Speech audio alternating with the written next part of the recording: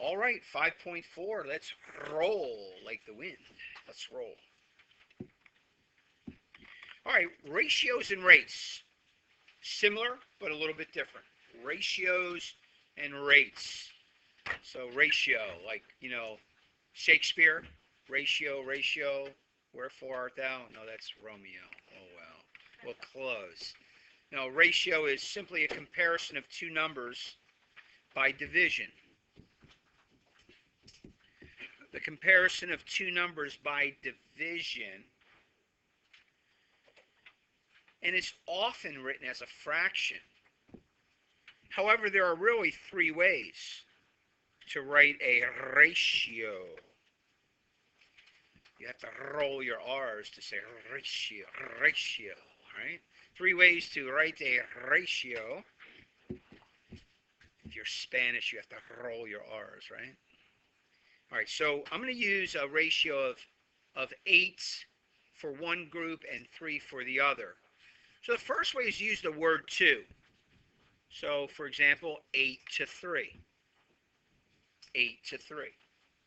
So one way of writing a ratio is simply to use the word 2. The second way is to use the colon, which means 2. So if you were reading B in a math class, you wouldn't say 8:2.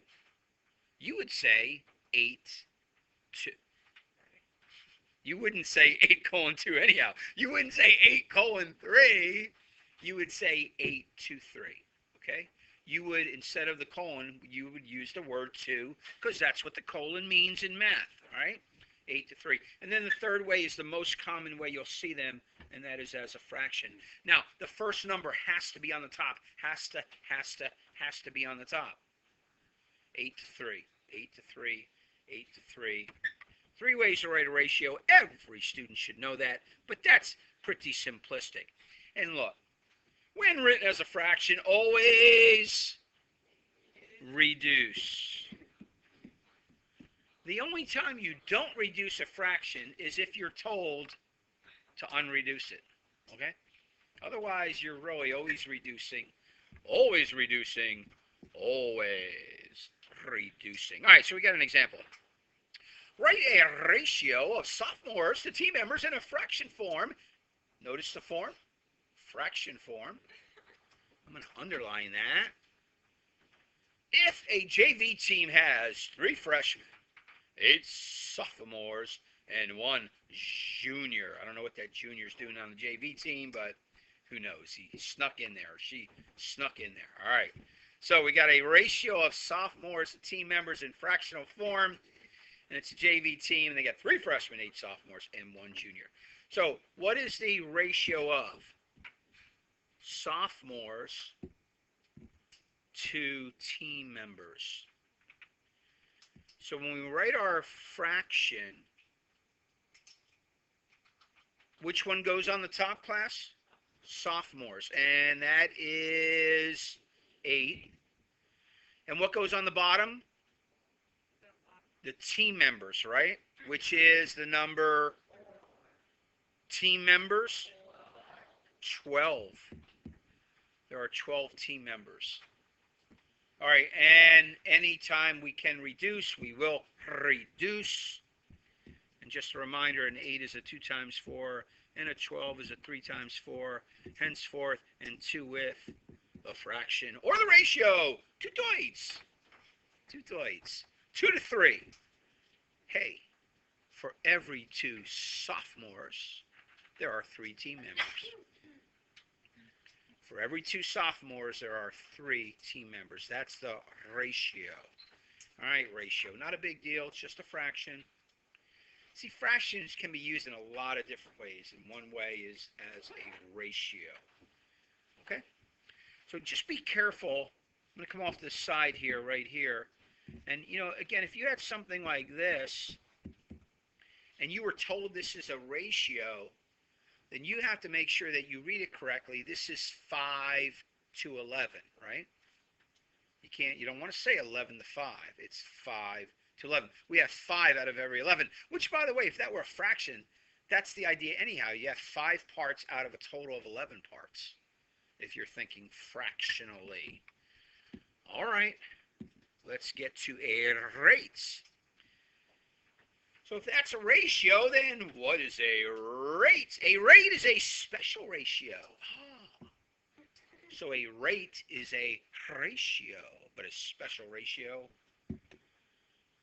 And it's one that compares, anybody know what goes in the blank? Somebody raise your hand, tell me what goes in the blank. Brendan, go for it. Nia? Two kinds of measures? That would kind of be the idea. I'm going to use the word different to be more descriptive. Different. A rate is a special ratio that compares different kinds of measures. All right, everybody notices that the picture is of a speedometer, right?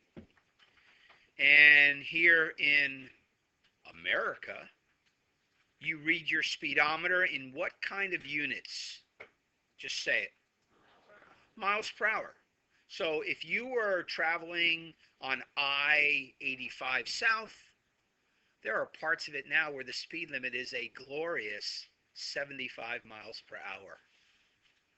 Hallelujah. All right.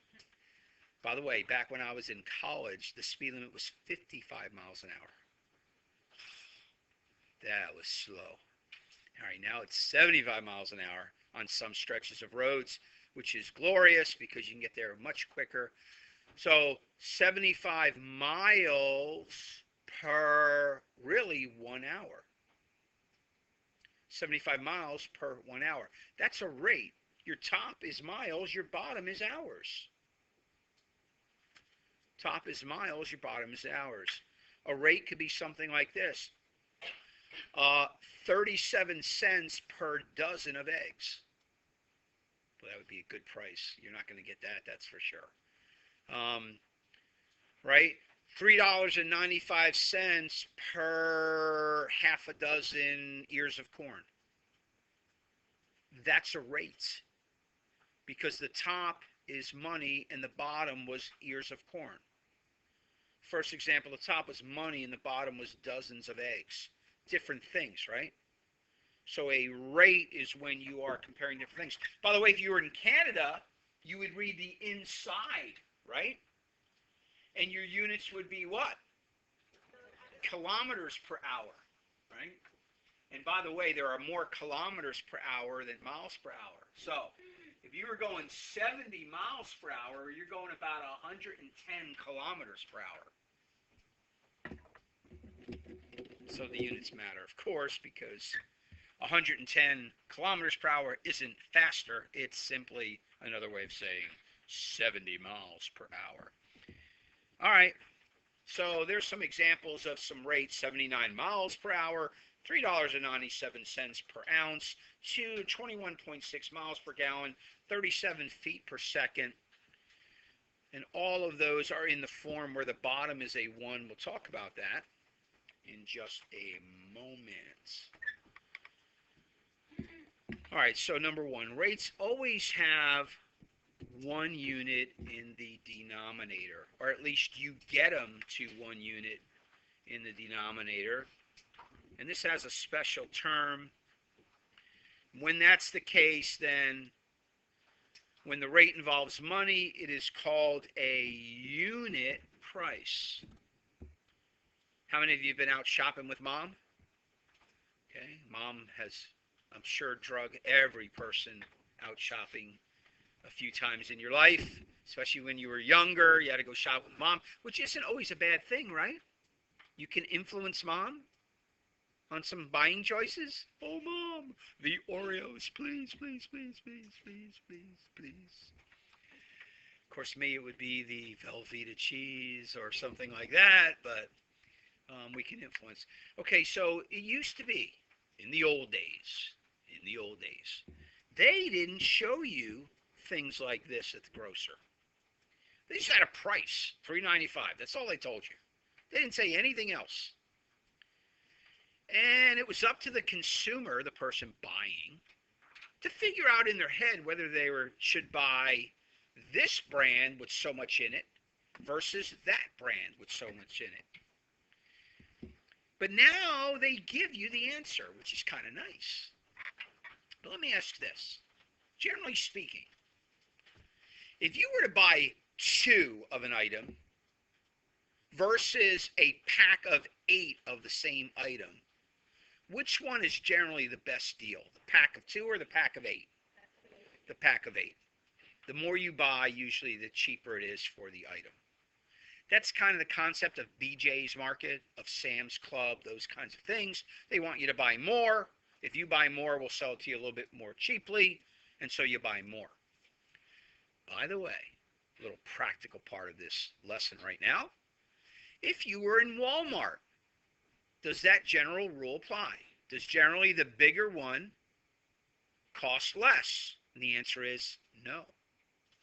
See, Walmart's kind of smart.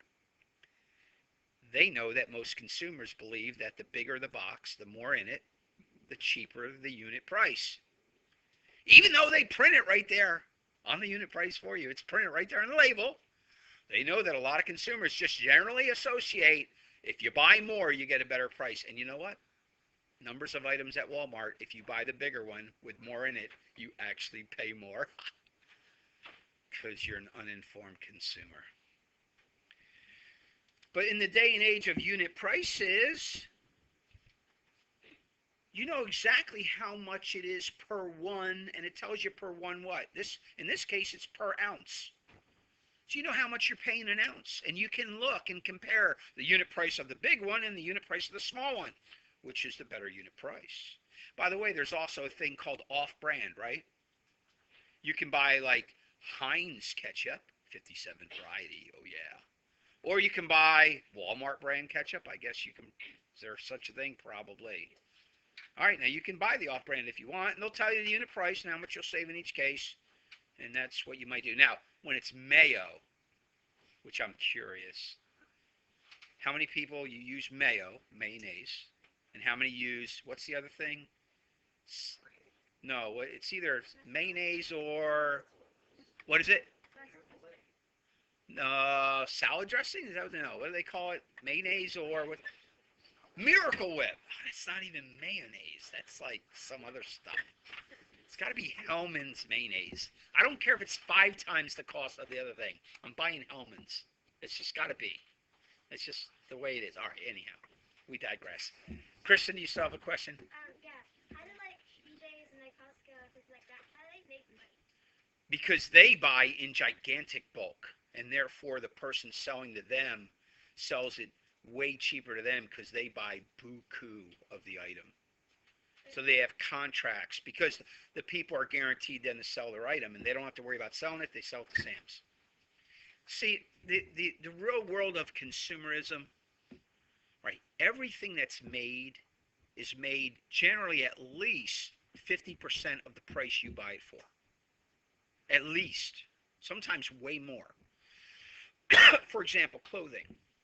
Almost every clothing item, the actual cost to make it is way less than half of the amount you pay. Way less. Probably about 25%. That's the way it is. So it only costs them 25% to make it. They can sell it to the big box store for 50%, and then the big box store can sell it for what they sell it, and they make their money too. Each way you make money because you make the price bigger, higher and higher and higher. All right, anyhow, unit price. And you can see a couple unit prices here. What do we got? Cheerios. So we got General Mills Cheerios. And in the second situation, we have another of Cheerios. So unit price here is $2.85. Unit price here is $2.63. What's the better buy? Right here, right? Obviously, that's the better buy. You're only paying, whoa, did I say the better buy? Yeah. Obviously, it's right here, right? You're paying $2.63 per every ounce versus $2.85 per every ounce. Now, in this scenario, this one was the larger one. You are paying more, but you're getting more for your money. And again, you have to weigh that, right? So the unit prices these days makes it very easy. Brendan? General Mills is the person that makes Cheerios. Now you can also buy off-brand. I don't. They call them like. No, Honey Nut's a brand. They'll call them like something oats. They won't. They can't call them Cheerios because Cheerios is a trademark of General Mills. But they can call them like they call them something oats, and that's the like Walmart brand or Aldi brand or whatever, and that would be cheaper.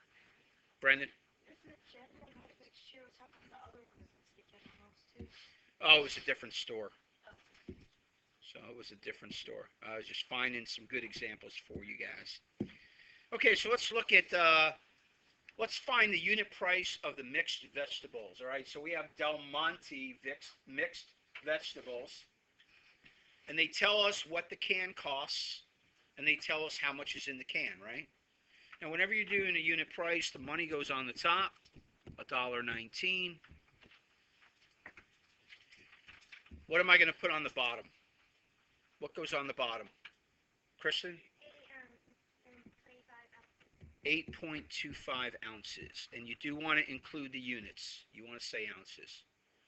So what we have to do is, and once we get our calculators, a problem like this is a lot quicker. We're going to take our 8.25 and divide it into 1.19.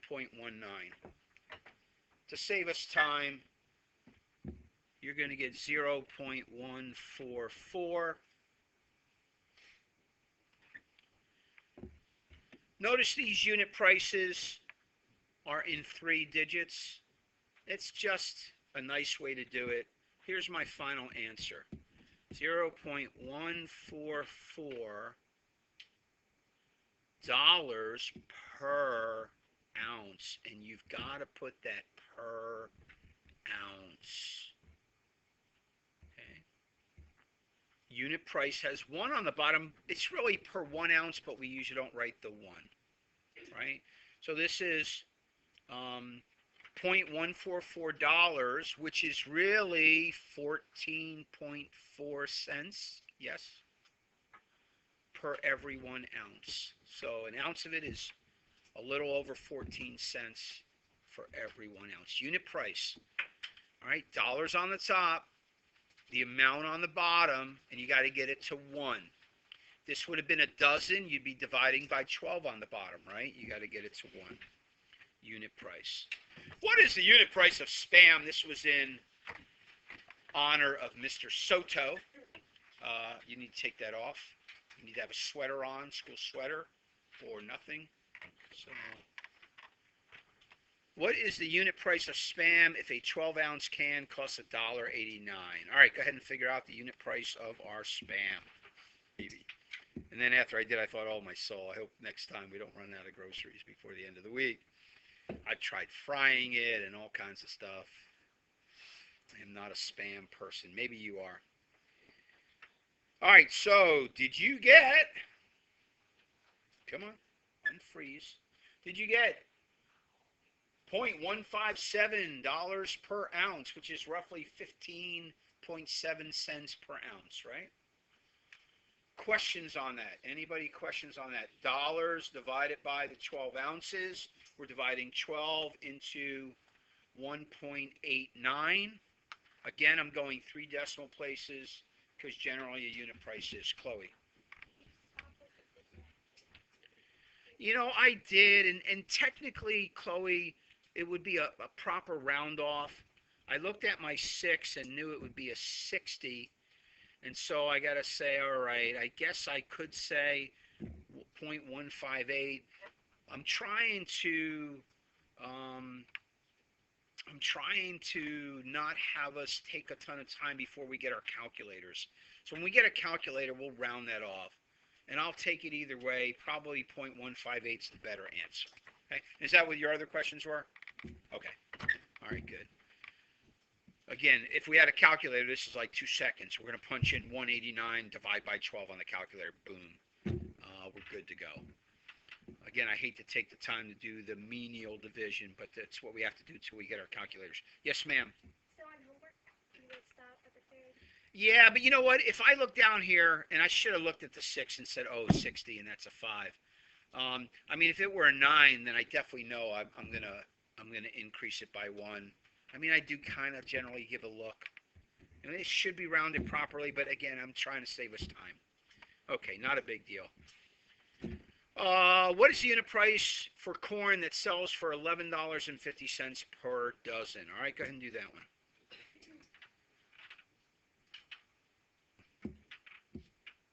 But again, if you just look at the end, then you get an idea. Okay. Oh, I put that up. I thought I froze it. Did you remember to put per ear? How many put per ear?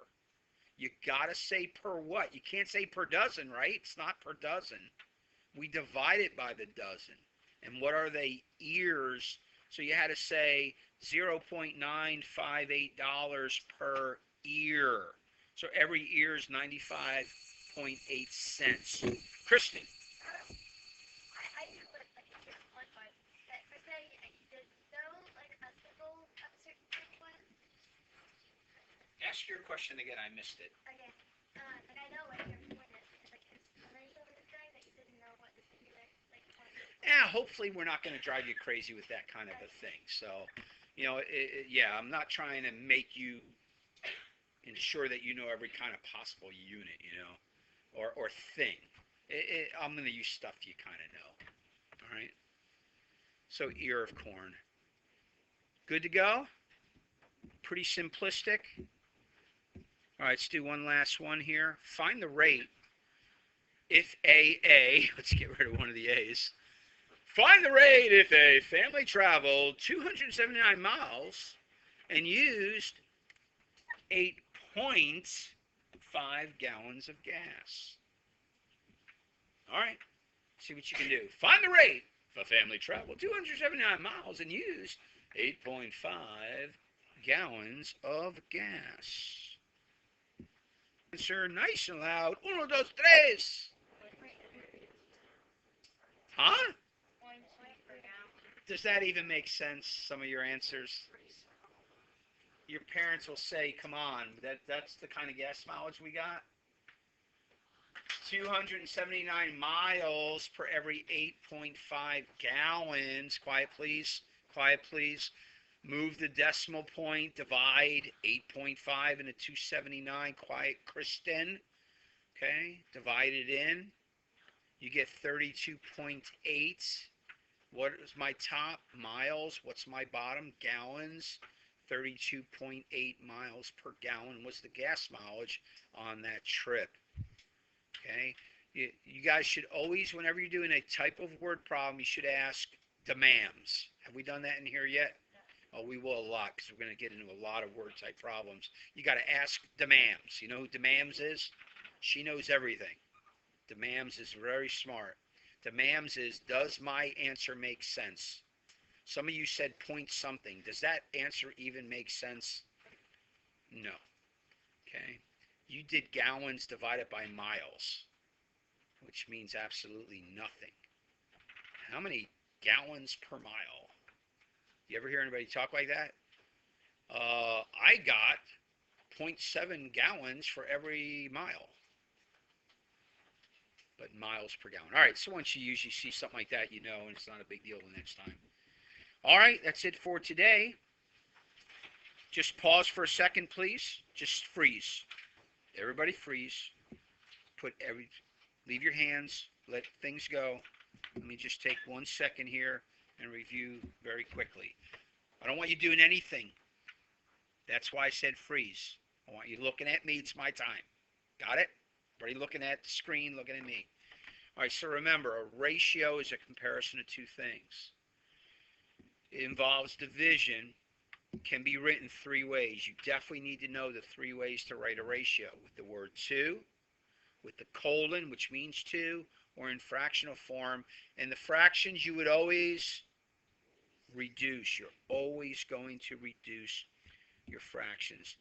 Be careful. If they ask you to make a ratio in fraction form, make sure you make it in fraction form. Whatever they tell you first has to be the top, and what they tell you second is the bottom of the fraction. You have to follow that order, otherwise you're going to have it wrong. What they tell you first is the top. What they tell you second is the bottom. Remember, a rate is a ratio with different kinds of measures. Miles per gallon we just did, right? Money per ounces, etc. A unit price is when there's one on the bottom and it involves money. So we did a unit price for our Spam. We did a unit price for our corn. Well, we did a rate for our miles traveled for 8.5 gallons, right? And that one was a rate. All right, now off you go.